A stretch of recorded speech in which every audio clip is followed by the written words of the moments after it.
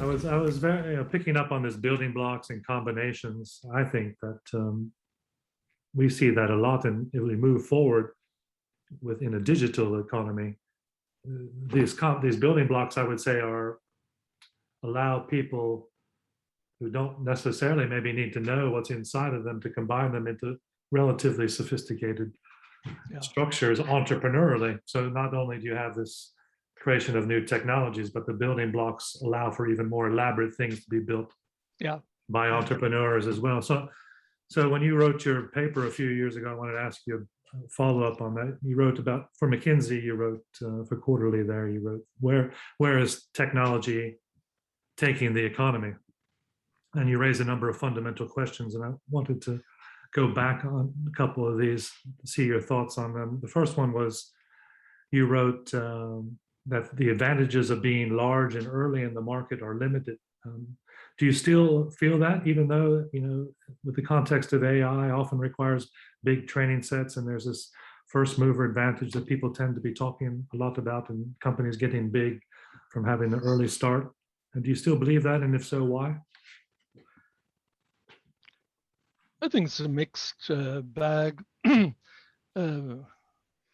When I started to look in the 1980s, I started to look at large companies seemingly coming out of nowhere. In those days, that might be Microsoft. Mm-hmm. A smaller company would have been Apple.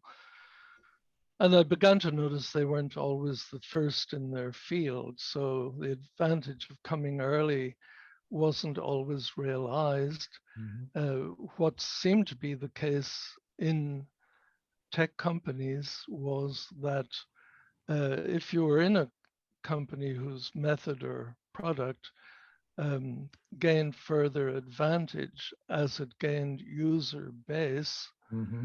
then we now call that network effects. Right. Then that was subject to positive feedbacks or increasing returns. The more PayPal gets used by my friends, the more I'm likely to adopt PayPal. PayPal gets larger, then some of my friends who aren't on PayPal might want to take up PayPal. So I was seeing this again and again. I can't recall why I wrote that in the McKinsey Quarterly, that particular sentence, but I think it doesn't. People were saying at the time, well, if you can get into a market early, you can corner that market. That's still true. It's still true that technology, by and large, operate with network effects. It's an enormous amount of money and upfront investment to create something, say like Windows operating system. To create the second copy of Windows is just a copy. It's maybe 2 cents or less. I don't know. So I began to see that the more you can get out in a tech market, the more advantage you have, and then the more you can use that to gain further advantage. And that started to explain to me why Microsoft was so dominant. It had a reputation at the time not for technological excellence. That was more Apple's department, but it did know how to lever its advantages from one product onto another. If you adopt Windows, then maybe you had to adopt Microsoft's version of getting onto the internet. That's what the whole lawsuit in the 90s was about. Mm-hmm. That's all still valid, I think, but it doesn't mean that if you're the first in the market, you can take it over. There's Alta Vista, there were other search engines before Google. Google did get in early, they did have a better technology maybe, but you couldn't have forecast 2 years in advance who would take over and why. And I see that again and again. Also, there are, Uber has advantages of network effects. If there's more Ubers out there than say Lyft, you just say, I'll call an Uber. You don't say I'll call a Lyft because they're more visible, they're more out there. But that doesn't, I think eventually you can saturate those advantages, and then other companies could get a Things come footing out. maybe. And that's Yeah, why I wanted to ask you that, because you're the man of increasing returns, right? And then in this world that tends to have a lot of these increasing returns, you made that statement that you weren't sure whether being big or being early was that advantageous in this new world. So I was just curious to it see doesn't. Yeah, why you're you right. thought that, because this is kind of an, as you know, this is an interesting issue nowadays. What does it mean to be big? And even though you look dominant now in today's world, things can change pretty rapidly. That's correct. Yeah, I wanted to.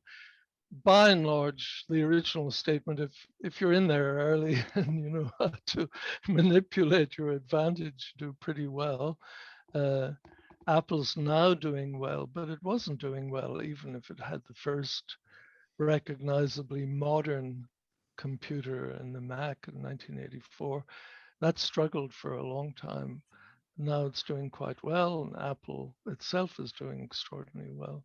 But these positive feedbacks or network effects don't guarantee you No. to dominate. They're useful. What you see in every time is someone like Bill Gates or later on maybe people who ran Apple or other companies, Google, had a good instinct for how to use their advantages to keep building the company. But it's not a slam dunk. I think I said that because I remember in the year 2000, 2001, there was a big tech frenzy here in Silicon Right. Valley, and new entrepreneurs with new ideas would go in front of VCs, venture capitalists, and they'd say, we have a terrific idea. If we can get in early, and we will amass all the network effects and lock in the whole market. And I remember at the time getting the whole thing collapsed like a house of cards, and I got part of the blame because they were using this logic and taking it out of context. I said the true context, I remember saying, was if you have 20 firms trying to get into this space and there's only going to be one winner, your chances are 95%, out of 100, 95% you're going to fail. So don't take it if you just get in early without a lot of good strategy, you're going to lock in the market. It doesn't mean that because you're early, you will get these network effects. It just means that you have an opportunity to get them. Maybe. Yes. Well said. Yeah, exactly. Well, and you also mentioned PayPal, which makes me think about Peter Thiel 1 to 0 book, in which he mentioned not the first mover advantage, but the last mover advantage, saying that's where you want to be. You want to be the last company to capture the market and then to stay there for as long as you can. So, well, I think smarts has a lot to do with it. I would say Steve Jobs was a brilliant designer and a brilliant engineering thinker, a superb instinct as to what a computer should look like or a smartphone. Not always a smart strategic mover, not as good as some other people in the business. Pretty good, but he didn't have that sort of extra oomph that would position things at the right time and the right place. Possibly he started too small. I don't know. I was always surprised. I've had an Apple since 2 months after they came out in 1984. And it flummoxed me as an economist that this was clearly a superior technology. Why wasn't it used? Well, it is now, but there's a little bit of the Betamax VHS issue there too, with it. Exactly right. Yeah. Exactly. Yeah. And so, taking a step back, in the same article, you do mention the fact that technology might form those valuable building blocks that are then used and may eventually change society. And so that leads me to ask you the following question regarding the role you think technology is taking not from the perspective of one company as a way to make profit, but from the perspective of the entire economy as a way to modify our human interactions. And so I'm curious to since you've been observing technology for quite some time, I'm curious to hear from you if you think technology is becoming more relevant and a primary factor defining our everyday life. Is it going in this direction, or do you think that technology has always been a defining factor and it is not more of a defining factor today than it was 20 years ago, let's say? I think it's a little bit of a semantic question. If you go back to, excuse me, 1750 or so, my mantra would be no technology, no economy. You would have water wheels, you would have mill ponds, you would have water wheels helping grind grain, people supplying flour, you could make bread and so on. So if you don't have technologies, you don't really have what we would call an up-to-date economy, even if the date is 1420 or 1750. Technology is always central. It's not a peripheral thing. It's always central. You can have people, but they do need sharp edges. They need bows and arrows. If you want to go back more thousands of years. So technology is always central, whether we're hunting or gathering or baking bread or something. What's changed, I think, is that we're changing in my lifetime, and we have changed from an economy heavily based upon factories, which is very much what you see in economic textbooks still. So there's inputs.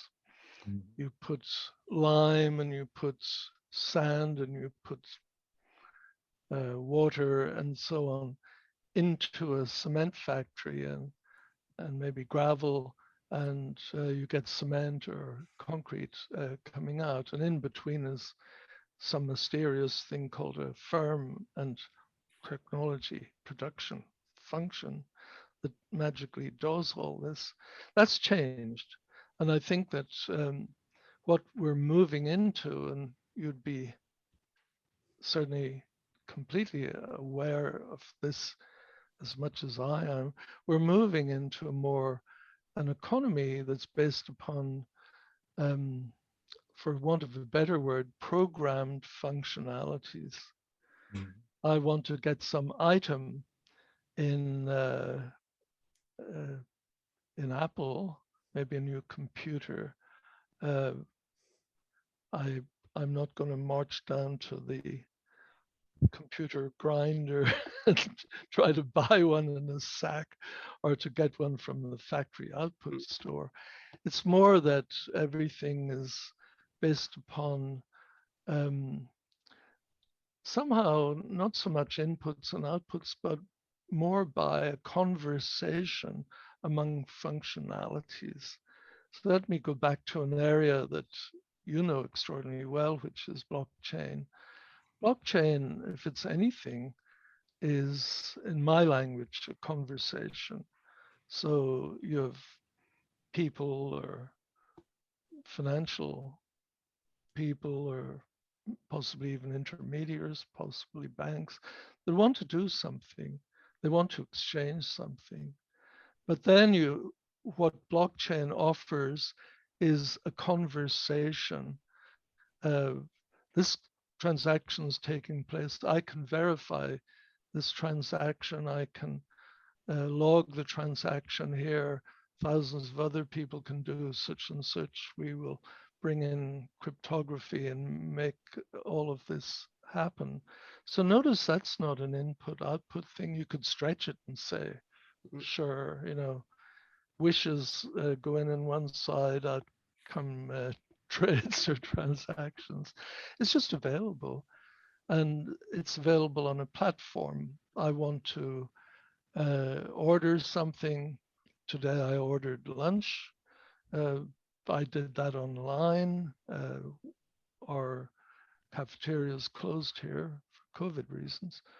So that's on a platform. So basically, the economy is turning much more into a conversation than physical inputs and physical outputs. Again, I go to an airport, I want to fly. I put in a frequent flyer card into a little kiosk, and all kinds of conversations ensue with the airline, with the actual seating on the aircraft, uh, with the security people. If I'm going to London, maybe the further securities on the destination side, and so on. So the economy is becoming more a set of interactions, or if you prefer, a set of conversations. When we get fleets or flocks or convoys of driverless cars, maybe in 10 years' time, wherever, on the 405 freeway in Los Angeles, what we're going to have is not some input and output for transportation. It will be multiple cars, all of which are driverless, probably in a convoy, maybe 50 or 80 vehicles, each talking to each other, sensing cars near you by radar or LiDAR, and in conversation locally, saying, okay, kindly back off a bit here, you're too close. You're not even aware of that. You're not a driver, you're just sitting there. So I'd say that the economy has changed from being an input-output one. There's still plenty of that. There's plenty of dog biscuits being created. I don't want to trivialize this. There's plenty of saying we're going to load up a truck here in California and send that to New Jersey. So there's inputs and outputs. But it's more a platform-based set of transactions, and it's more an ongoing set of conversations on platforms. You know, I've never heard anyone putting it this way, the conversation between the different agents and the different technologies also, which makes me think about Albert Hirschman, Exit, Voice, and Loyalty, because at the time, and he had a table in the book in which he says, well, there are certain things for which it's not possible for you to voice, you can only exit. And he gives the example of being a consumer and buying a product, because in the 70s, I mean, I wasn't around, but I suppose your choice was to buy a product or not to buy a product if you dislike the product and the company. And of course, now what you can do, thanks to technology, is that you can voice. You can go to Yelp, to Twitter, and express your discontent regarding the technology. So it is actually indeed creating more conversation. For whether this is a good or bad thing, this is something else. But indeed, I never thought about it this way, and it seems logical now that you say it. So thank you for that. Yeah, well, quick comment on that. I was lucky enough to know Hirschman. I was a huge fan of his book on development. Can't recall what it was called. It wasn't the book you mentioned. That was another book of his. I think the man was brilliant. What I'm talking about is not so much having a conversation with a product. Am I going to, I'm looking for a new house, say, I can exit or say, I'm not sure the foundations are sound in this house, voice or loyalty or whatever. It's more that what's happening in the economy is quite directly becoming a set of conversations. So go back to blockchain. In my view, what artificial intelligence brings is a set of autonomous conversations. I'm fascinated by autonomous air traffic control, and I mentioned that before.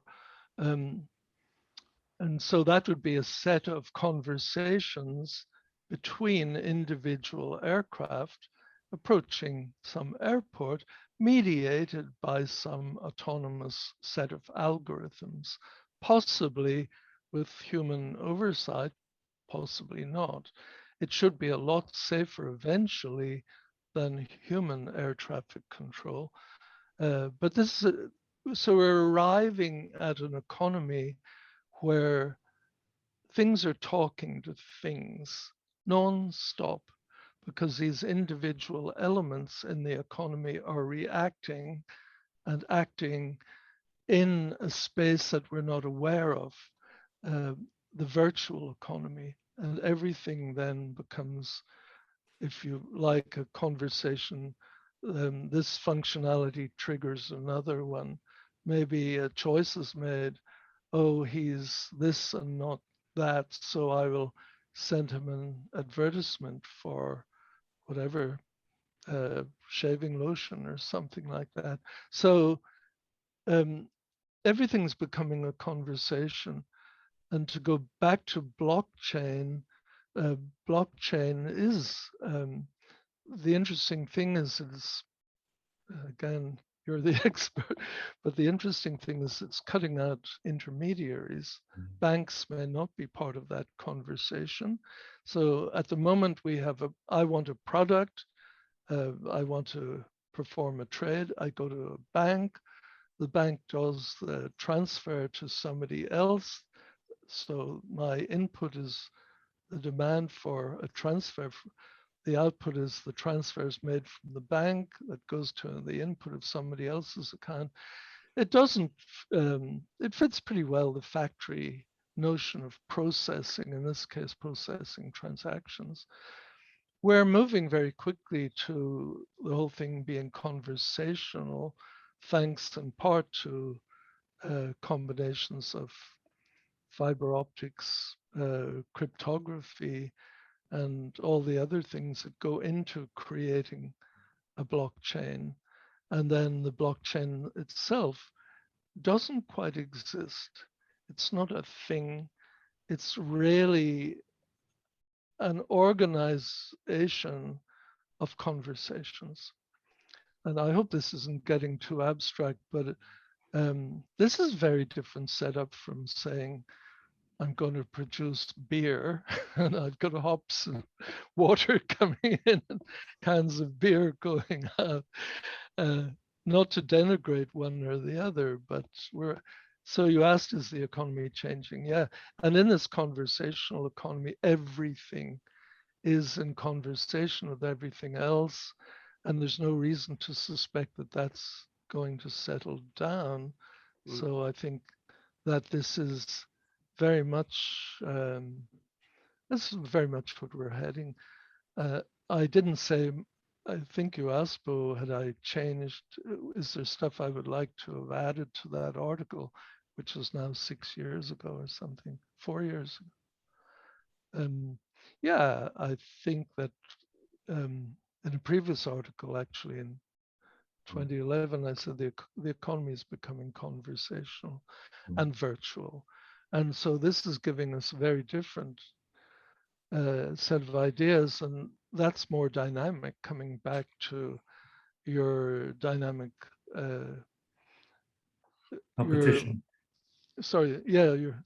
Your dynamic competition initiative is very much along those lines, because everything now is more fluid and more autonomous. Things are self-healing. So even the supply of electricity, which appears very physical, there's generating stations, there's transmission lines, there's receiving areas for electricity in households and cities. But that now is becoming much more a fluid, autonomous conversation. And any competition in that area would be dynamic, if I understand the approach right, and conversational. Now, I think this is interesting. I want to pick up on one more concept you created in this paper, which I think is interesting, and it relates to an area that I find fascinating. Because as technology grows, I always see technology eliminating constraints. The institutions of society related to the technologies are based on a certain set of constraints. And we start to eliminate these constraints. And now we're talking about, the robots making the robots. And as you say, we're having conversations. And so we start to get to a point now, the machines are talking to each other, where again, we're removing constraints in society. And I kind of talk about this when I hear people use the term Industry 4.0. It gets me excited because I'm an engineer as well and like to think about new technologies. But then I want to link this to society like you do. And so I think, well, what about, don't we need to be worried about humanity 4.0? Not just how is this going to affect it? And I know you speak about this in your paper. So I always thought, when we talk of creative destruction, we often focus on that in the long run, something better is created. But we don't always focus maybe enough on the idea that in the short term, there's destruction. And recently we've seen this, and we've seen it creating populist movements. And so in between the creative destruction that takes the world forward and creates a lot of value, as Schumpeter talks about, the people struggle in between. And you said in this world, this might become even more structural in a world where the machines are doing things. You have this technology unemployment, and that we are moving into an era of distribution, a distribution era. And we have to think maybe differently because the way that society is going to be constructed will be different. Could you talk a little bit about this issue of this distribution era? Mm-hmm. Well, like many other economists, recently, and probably both of you, I started to wonder where automation was taking the economy. And I began to realize that blue collar work was becoming very vulnerable to automation where it hadn't before. In fact, what artificial intelligence did was it took something that we do very well as human beings for the first time in history and allowed that to be done automatically by machines, and that is association. I'm sorting forms in an insurance company. I'm treating. I'm recognizing faces. And suddenly, thanks to deep learning and advances in computational technology, machines could start to do this for the first time around 2012. And that's suddenly computers can do associative intelligence.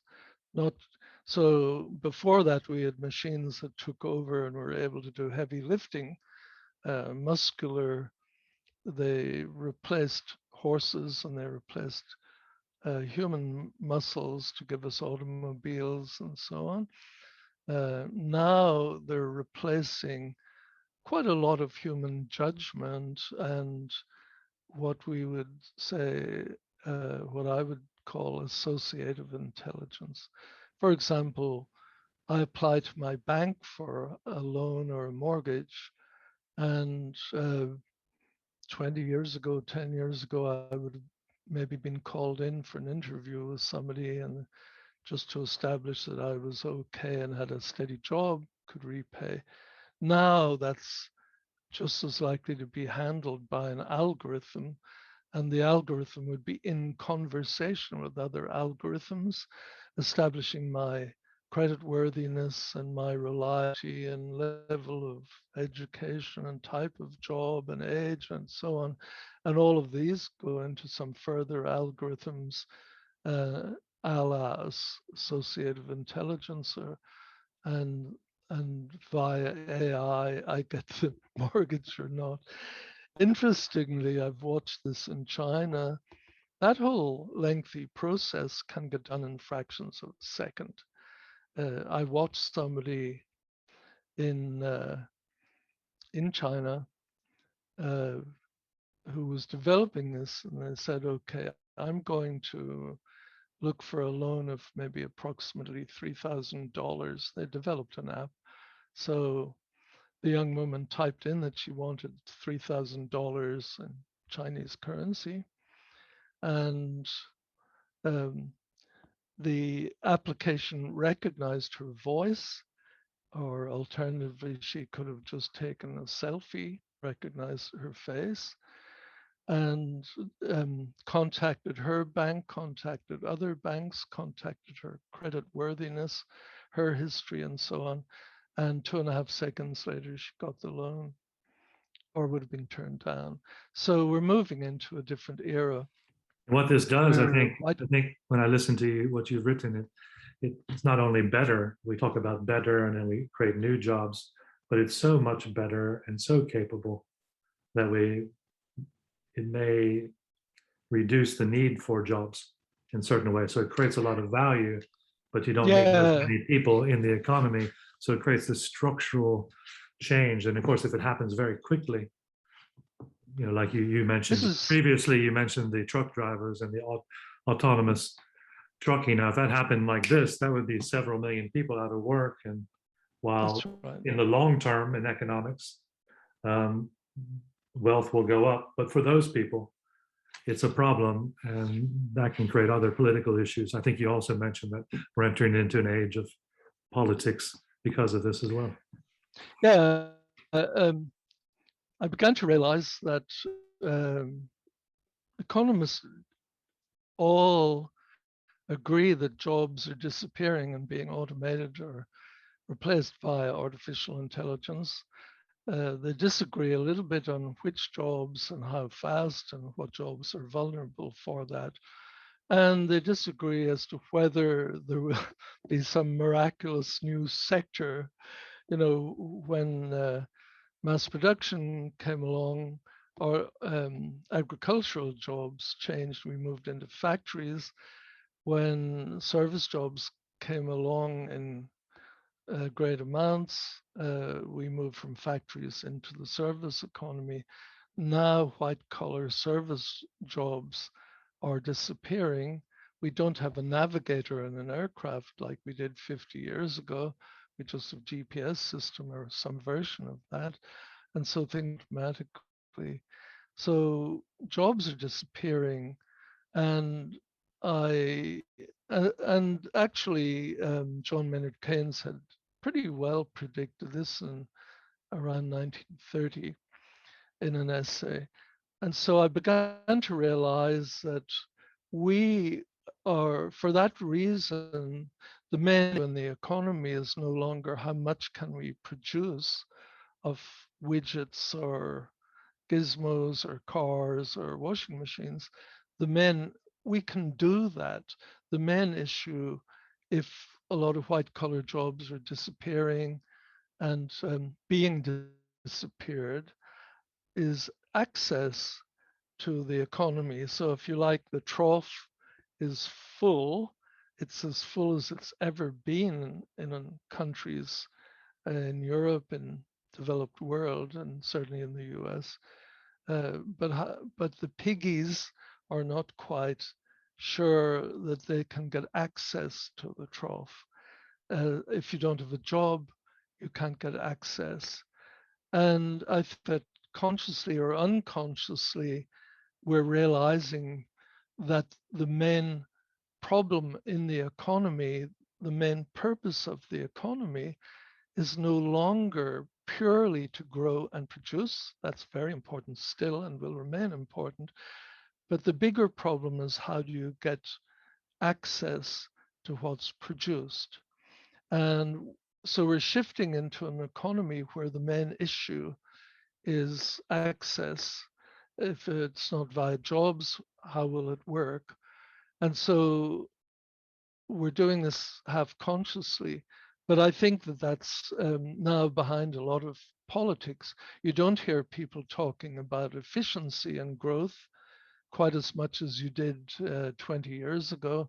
You hear them talking about jobs. This new infrastructure bill we have in the US is sold not because it will create efficiency, it's going to create jobs, we're told.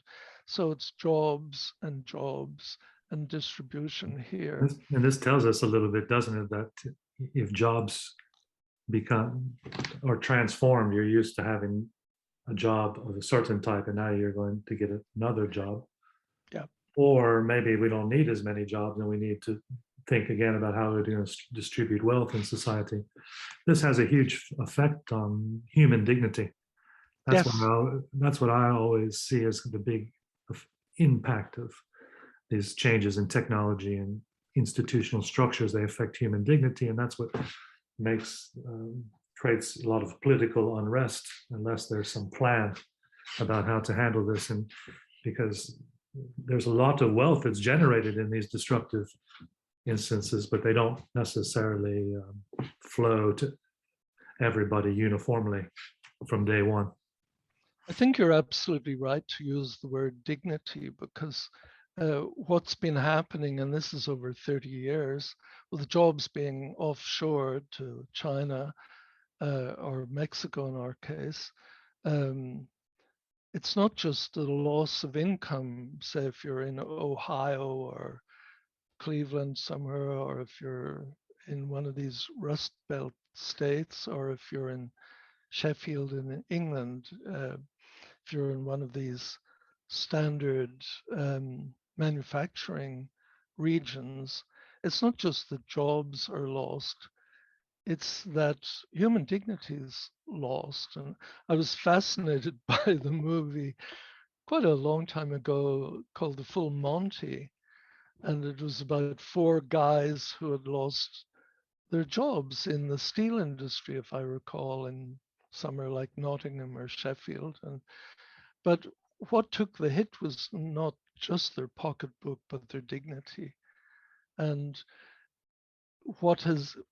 so as jobs have been offshored from this area called the Rust Belt now in Middle America, where from Pennsylvania to Ohio to parts of the South, even Illinois, that whole middle area that manufactured lots of things. What really took a hit was people's income and then their dignity as they became unemployed. And that led to the opioid crisis. And more than anything, it led to intense bitterness towards the politicians who had got us there. People like Clinton, who I think was a superb politician and very smart guy with good ideas and goodwill. But the economists had brought out a myth that if all things were made in China or the Philippines or Vietnam, we'd all be better off, without paying attention to people who had lost their jobs, lost their dignity. And by the way, the suicide rates in the middle, in those areas reflect this. In the Full Monty, I think the most tragic thing about that was the men couldn't even tell their wives that they'd lost their jobs. So a lot of our self-image is caught up in jobs, and that's the way we get access to the economy. So I began to realize that we were in a different political era. It's not politicians quite that are causing this bitterness that elects populists, whether that's in Hungary or in the US or even in Britain. It's the loss of self-respect, it's the loss of income, it's the desperation. And people then are responding not to neoclassical economics. Everybody's going to get employed by whatever says law. Spontaneously. Yeah. So we're in a different era where now we've entered an era of distribution where who gets what's much more important. And if you accept that, then I would forecast several things that are worth forecasting, not always good news. And that is, we're not going to get out of this until we solve the distribution problem. We're going to be in a difficult political era for a long, long time. The whole neoclassical, neoliberalism ethic of efficiency and kind of masculine, we can do it. And rugged individualism. Perfect. Your English is better than mine. And so we're in an era where that is becoming irrelevant. So we'll hear a lot less about that. There'll still be plenty of diehards. We're in a different era, and the era has shifted from how do we produce more to a concern with who gets what. And we're seeing this in the US, even with COVID. We've seen several efforts to distribute money because differentially people were out of work and in different income brackets. For me, the reason I would like to continue this discussion with you as we go forward, because I think this is going to be a huge societal issue, a big change. Yeah. And so I look forward to discussing this more with you. It's definitely something that I don't think people really completely understand the magnitude of how this is going to impact, and at the speed. You know, as economists, we know that sometimes time is not the variable that we use. Things happen automatically and equilibriums here and there, but in between these two graphs, a lot of stuff can happen that can even wipe out democracy. And of course, Yep. the economics that we think over here on this static graph is not going to work if we destroy democracy on the in-between part. But one more question from Thibaut, we'll let you go. Exactly. I was about to say, in the meantime, we do have a last question, which is a practical question. We're curious to hear, what advice would you give to a PhD student looking to conduct research in the field of dynamic competition and complexity economics? Or to put it differently, you wake up tomorrow morning, you are 20 years old. What do you do? I think I would just, if I were 20 years old, I'd go and celebrate and probably drink a lot of Guinness. So I was about to say, when I wrote the question down, what do you do when it comes to research? Just fair enough. You made it too broad, Thibaut. You asked me what I would do. I think I'd stare in the mirror for 2 hours and then faint. But anyway, sure, I know what your question is, and I think it's really good. See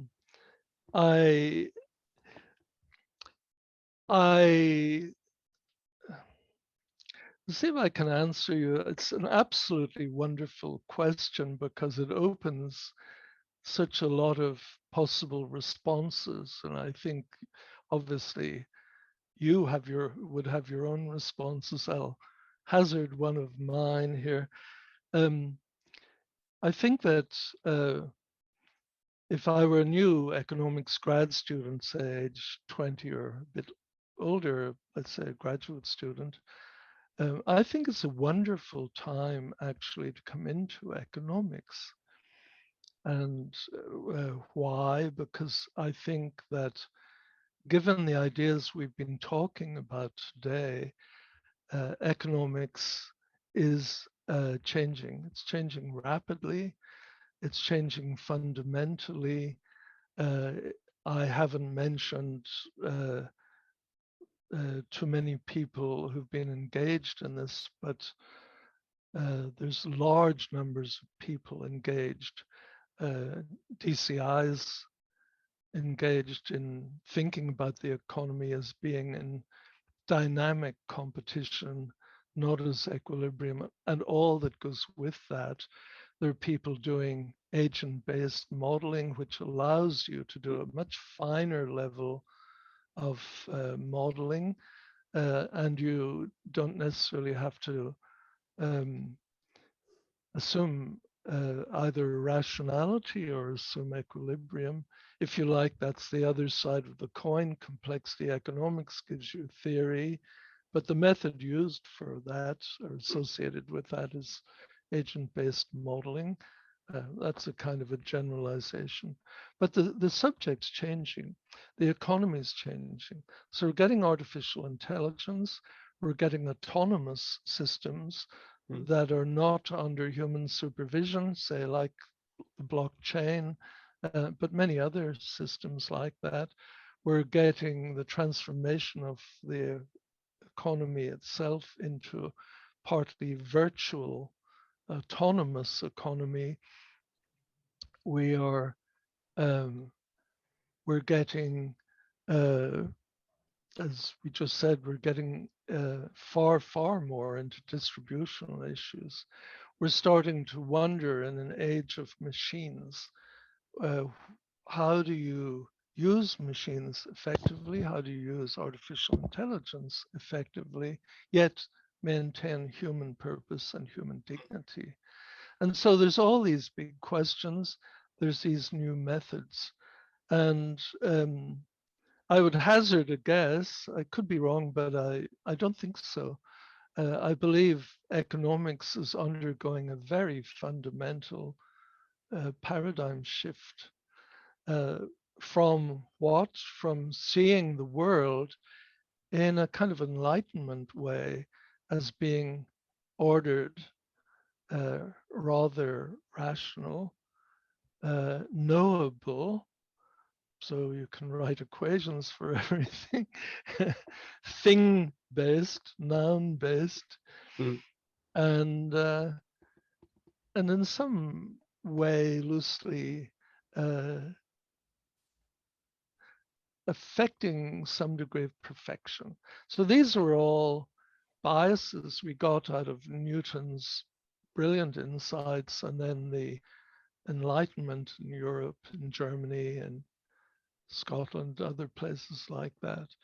And we've carried that over into economics to great effect. And I think, so we're moving from that to what? I think to seeing the world as imperfect, to seeing everything as changing, to see things not changing just in quantity, but in quality, in their very qualities or personalities are changing. The whole notion of a white collar job is changing. We see things as not necessarily perfect. Rationality is not perfect. We're moving away from deductive rationality in general to more inductive rationality. For example, if we're creating algorithms that can beat grandmasters at Go, those are based far more on inductive rationality. They're not based on deductive logic. They're based on building up a series of inductions. So that whole world is changing, and we're not seeing the world in the economy as necessarily an equilibrium.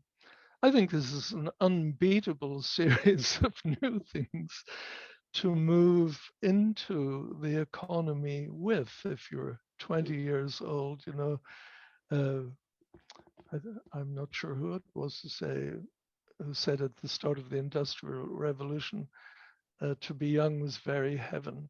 I wonder if that was Wordsworth. I'm not sure. Was it youth? Youth is wasted on the young. That's another one. George Bernard Shaw, I think. Anyway, so but it's a remarkable time. We now have behavioral economics. We have evolutionary game theory. We have an economics that's path-dependent economics, where history actually counts, and we could finish up with this outcome or equally with that outcome. None of these were available 30, 40 years ago. The whole idea that people's behavior is complicated. We're moving into an era worrying more about human dignity than just more than just human income or human employment. We're moving away from everything being regarded as capital, human capital, environmental capital. We're moving to what things existing in their own right, humans existing in their own right, and the environment existing in its own right, not just as capital that we can draw upon. So we're moving away from all of these things. And so we're moving from order and predictability and perfection to ideas of how things are generated and how new formations arise out of maybe disorder, giving birth to new formations all the time, and thereby things not being in equilibrium in general. And we're moving into an era where the methods used to investigate these and to model these are not linear algebra necessary, but computation. Computation allows us to model events and events triggering events, and therefore it allows us to model process. So in a word, we're moving from things, keeping things in equilibrium, to processes, creating new processes and creating new objects. My observation is that that's true across all the sciences. It's true in physics. We're not looking at perfect Newtonian systems any longer. And things like condensed matter physics, we're looking at the formation of patterns, multiple patterns, ground states that are not necessarily perfectly optimal, and so on. We're moving in mathematics from given mathematics of this is a function of that, and that's a function of this, and the whole thing gives you a system in balance. We're moving much more into looking at things forming and changing and being constructed. So we're moving also from a mathematics that regards in a Platonic way what we discover as Platonic truisms or ideals, to thinking that mathematics is subject to construction and creation itself. So all the sciences are moving from this idea of order, givenness, and logical deduction to whatever you want to put in the place, openness, imperfection, and creation or generation. Which, if I may, could be the definition of art. You mentioned that word already. It seems to me that we're moving a bit toward, toward that. I mean, it's very complex. Equilibrium does not exist. So to find a sort of balance is an art form. So maybe. Yes, we're moving from the idea that things are perfect. I often, maybe unfairly, but I compare neoclassical economics to an ice palace, say, like in a Hans Christian Andersen tale. That melts. It's perfect. It's gorgeous. It's constructed from ice. It looks beautiful. But if you back up by accident against one of the pillars, the whole thing may crack, fall down. And we're moving towards seeing it maybe more as a cave of wonders, and those wonders keep changing, or more like an ecosystem. We're getting a lot of those ideas, by the way, from biology. So there's no idea that some biological organism is perfect. We're seeing everything's changing all the time, that biological species form ecologies. Those ecologies change and swirl. New things are not predictable in general. And they're subject to change and evolution, and everything's open. And if you go into any specific area of biology, embryology, or the immune system, or genomic processes, these are all processes, and processes within processes, and processes calling other processes like subroutines, and processes inhibiting other processes. This has changed our thinking in the sciences. And also, I would include computer science here, because we've really only had about 50, 60 years worth of computer science, but already it's shown us, I'm thinking of people like Stephen Wolfram, Greg Chaitin, other people like that, the computers, and John Holland too. Computer science has shown us that there's a fairly narrow set of algorithms or processes that give you equilibrium or predictability. Once you go beyond that and things get slightly complicated, say for cellular automata, you're in a world where you can't predict certain patterns. If they're in equilibrium, triangles all the way down, you can't predict a billion steps ahead. But Wolfram and others have managed to show us that algorithms events causing other events, if you like, don't have to be very complicated before you arrive at a stage where, if you know perfectly where you are now and the outcome, you can't tell where you will be in another 5 million steps other than just cranking it out and seeing. So I was very much fascinated by a book that Robert Venturi, the architect, wrote in 1965. It had a title like something like Contradiction and Complexity in Architecture.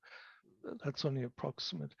But what he was, this was the tail end of modernism and the Bauhaus in the 60s, and he didn't like it. And he compared that sort of architecture, he used the phrase prim dreams of pure order. And I think that's what we have in economics is, yes, it's all rational, it's all ordered, it's all predictable, but that's a Platonic ideal, prim dreams of pure order. Venturi likes things that are contradictory, not perfectly predictable in architecture, complicated, not even very explainable, organic. And he uses the word messy vitality for that sort of architecture. And so I think, so to go back to your original question, what would I say about economics? I would say that if you're entering economics as a grad student in your early 20s, it's a wonderful time because we're in the process of shifting our view of the economy, using prim dreams of pure order to seeing it as alive and exhibiting messy vitality. Many influences are causing that, but how do you do economics if you're open to openness, organicism, messy vitality, and unpredictability? And I think, so this, whether any particular person were alive or dead or hadn't ever been alive, I think this is an inevitable change in economics, and I'm thrilled to have been to be alive and during when some of that was happening. So you would say, Brian, that the dynamic competition initiative has come around at the right time for this paradigm shift, and that we should tell the students that there's lots of big work to be done in the next few decades. So I'm inspired. I'm ready to go back. I'm old, but I feel 20 years old now. Listening to I'm too old. But I would say DCI, the Dynamic Competition Initiative, is it's not only reflects this change in paradigm, but it's one of the several little tributaries that are flowing into this great river of change. Complexity economics is too. All sorts of different influences, behavioral economics. I would also say agent-based modeling, computation itself. But it's a different awareness. How that applies to economics is going to create a very different economics within the next 20, 30 years. Great time to be an economist. And you already mentioned quite a few titles that could become PhD's title, messy economics or processes economics. So we'll leave it up to the students listening to us. Messy vitality. Messy vitality. That's great. Yeah. That's a beautiful one. Bo, do you have anything to say to conclude? No, just thank Brian for giving us so much of his time. It's great. And now he's created, we've talked for so long that we have so many more things now to talk about. So we're going to let him go on vacation this week, but then we're going to bother him again, I'm sure. First, I'll go for lunch, but thank you very much. One thing at a time, talking about inputs. So thank you indeed. And your questions were fabulous. Usually I'm interviewed and, what do you think about standard economic theory and what are you trying to do that's different? But you're getting into real issues. This is wonderful. Great. Thank you. Thank you very much for Thank your you so time. much. Yeah.